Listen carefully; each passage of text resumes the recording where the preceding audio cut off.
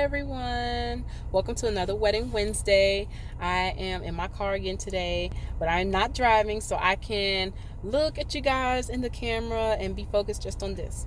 So today's topic, we're going to be talking about wedding gown silhouettes and body shapes. It is kind of a touchy subject. All of my clients ask me when they're shopping with me for their wedding gown, what do you think I should wear? And I have to sometimes ease into it. But I feel like if I make this video and then I just tell people ahead of time, hey, watch this video, and then you tell me based off what I said in the video what shape you think is good for you. So once I post this, that I think that's what I'll be doing, because it gets uncomfortable sometimes, and I don't like telling people the truth bluntly, but sometimes you just need to hear it. So there are about 1, 2, 3, 4, 5 different body types, and there's probably more, but these are just the main 5 that I have always seen.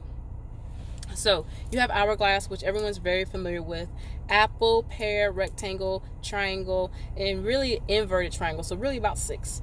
And so I'm going to try to edit this video and show the picture so you can get the visual that I have of how to determine what your body shape is. And most people already know what their body shape is, but you don't always know what clothing looks best on your body shape. So that's what I'm going to tell you today. So, okay. So think about an apple. And if you think about that in relation to your body, it's pretty much kind of think about under your chest, from your bust down to your thigh, and put an apple right there. And if that's the shape of your body, then you're apple shape. Same thing goes for a rectangle. If you are an inverted triangle, then you are heavier on top or wider on top, and then you are narrower as as it gets towards your legs. So think about body shapes like that. That'll help you determine what body shape are you. So what gowns look best on what body shapes? So number 1 request is for a mermaid gown. Everybody wants a mermaid gown. However, everyone is not mermaid gown shaped. So if you want to wear a mermaid gown, you need to be an hourglass. You have to have an hourglass silhouette. And even if you have a small little pudge and it goes away when you put on the shaper, then you can wear a mermaid dress. And you just simply have to be tall. I'm sorry, short people just can't wear mermaid gowns, and that is my personal opinion. But I haven't seen it cute yet. Short people in mermaid gowns, to me, are not cute. You have to have a little bit of height on you. I would say at least 5'5", 5'6", and really 5'7", 5'8" is going to give you the best look for a mermaid. If you are shorter than 5'5", you don't need to wear a mermaid gown. Even if you do have an hourglass, it's not for you. So all right, think about this. When you put on your undergarments, however you look in your undergarments, if you put on an undergarment, you're just trying to hold in a little mom pudge or whatever you have it. Some people hey, I had surgery and I just have a scar, so I can't lose weight right here. If you put on your shaper and you can no longer see that and it's held in, then you can wear a mermaid dress.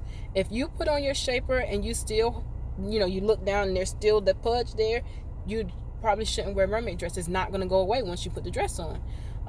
It'll still be there, and we'll see it through the dress. And if you're okay with that, I'm okay with that.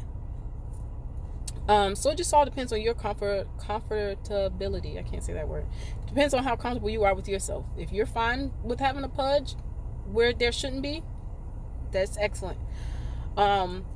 If you are, pretty much anybody can wear A-line. A-line, I think any body shape looks very nice in an A-line. An A-line gown, it's kind of like the shape of an A. It's a little narrower at the top, and it just gets wider. Just goes just like this. So that kind of really hides and camouflages any problem areas in your tummy.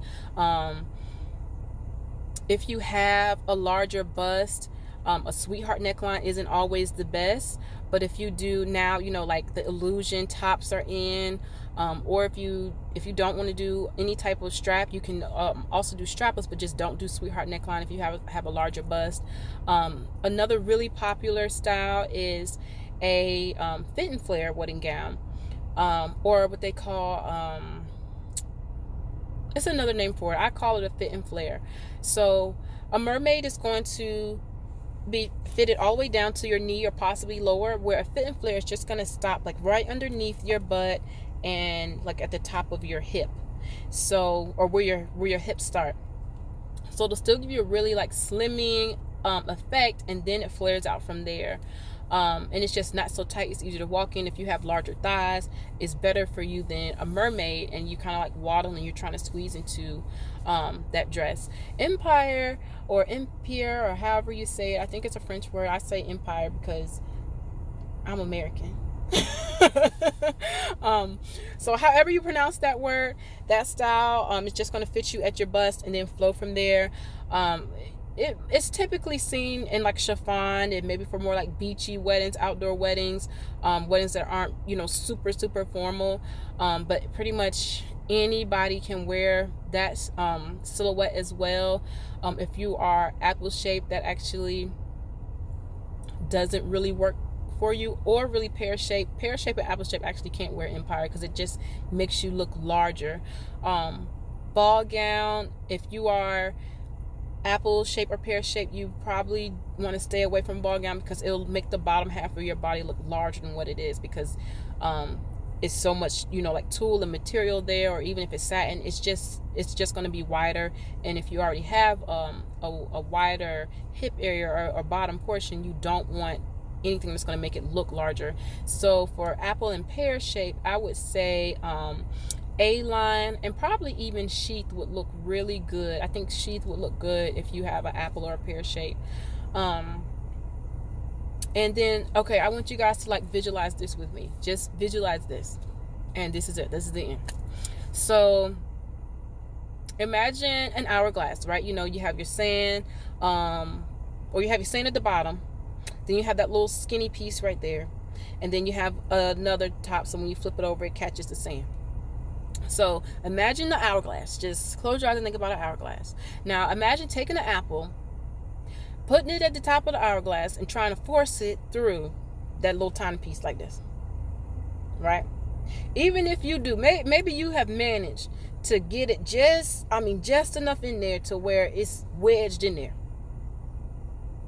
Do you think that look good when you visualize that?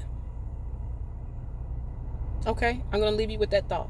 Just think about that when you're wedding gown shopping, okay? If it don't fit, don't force it, okay? All right, bye guys.